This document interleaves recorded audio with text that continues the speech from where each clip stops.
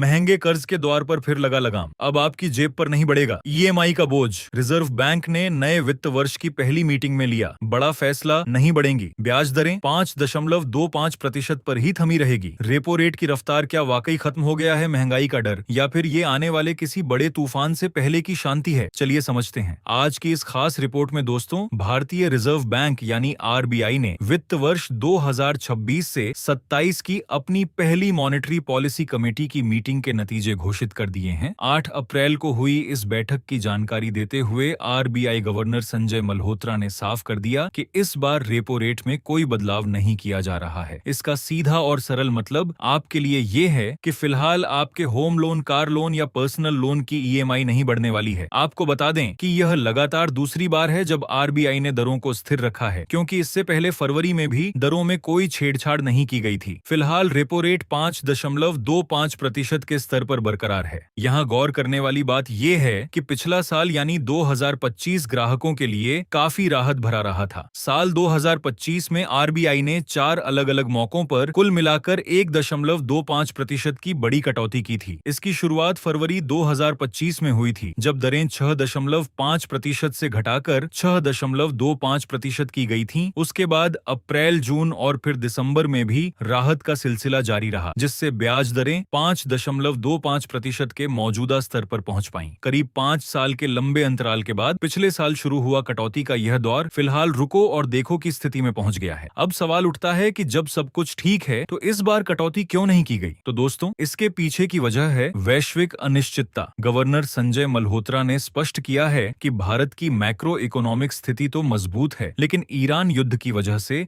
मार्च के बाद से हालात थोड़े चुनौतीपूर्ण हो गए हैं। युद्ध की वजह से एनर्जी यानी तेल और गैस की कीमतों में जो उछाल आया है, उसने ग्लोबल ग्रोथ पर खतरे के बादल मंडरा दिए हैं। इसी युद्ध और कच्चे तेल की बढ़ती कीमतों के जोखिम को देखते हुए आरबीआई ने अनुमान लगाया है कि वित्त वर्ष 2027 में भारत की जीडीपी ग्रोथ घटकर 6.9% रह सकती है। इसके अलावा घरेलू मोर्चे पर भी कुछ चुनौतियां खड़ी हैं। हालांकि महंगाई अभी काबू में नजर आ रही है, लेकिन मौसम में हो रहे बदलावों की वजह से खाने पीने की चीजों के दाम बढ़ने की आशंका बनी हुई है। कच्चे तेल की ऊंची कीमतें हमारे करंट अकाउंट डेफिसिट यानी सीएडी को भी बिगाड़ सकती हैं। ऐसे में आरबीआई ने जल्दबाजी में दरें घटाने के बजाय सावधानी बरतने का फैसला किया है। दोस्तों, इसके साथ ही आपको यह भी जान लेना चाहिए कि रेपो रेट असल में वह चाबी है जिससे मार्केट में पैसों के बहाव को कंट्रोल किया जाता है। जब महंगाई बढ़ती है तो आरबीआई इसे बढ़ा देता है ताकि लोग कम खर्च करें, और जब इकोनॉमी को रफ्तार देनी होती है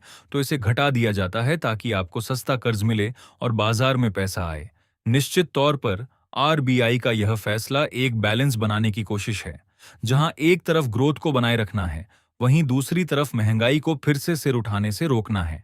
वित्त वर्ष 2026 से 27 में ऐसी 5 बैठकें और होनी बाकी हैं जिनमें इकोनॉमी की दिशा तय होगी। तो दोस्तों, क्या आपको लगता है कि इस साल के अंत तक हमें ब्याज दरों में और कटौती देखने को मिलेगी? अपनी राय कमेंट बॉक्स में जरूर बताएं। अगर आपको यह जानकारी महत्वपूर्ण लगी हो तो इस वीडियो को लाइक करें और अपने उन दोस्तों के साथ शेयर करें जिनकी ईएमआई चल रही है। ऐसी ही और भी बिजनेस और इकोनॉमी से जुड़ी खबरों के लिए हमारे चैनल को सब्सक्राइब करना न भूलें। शुक्रिया।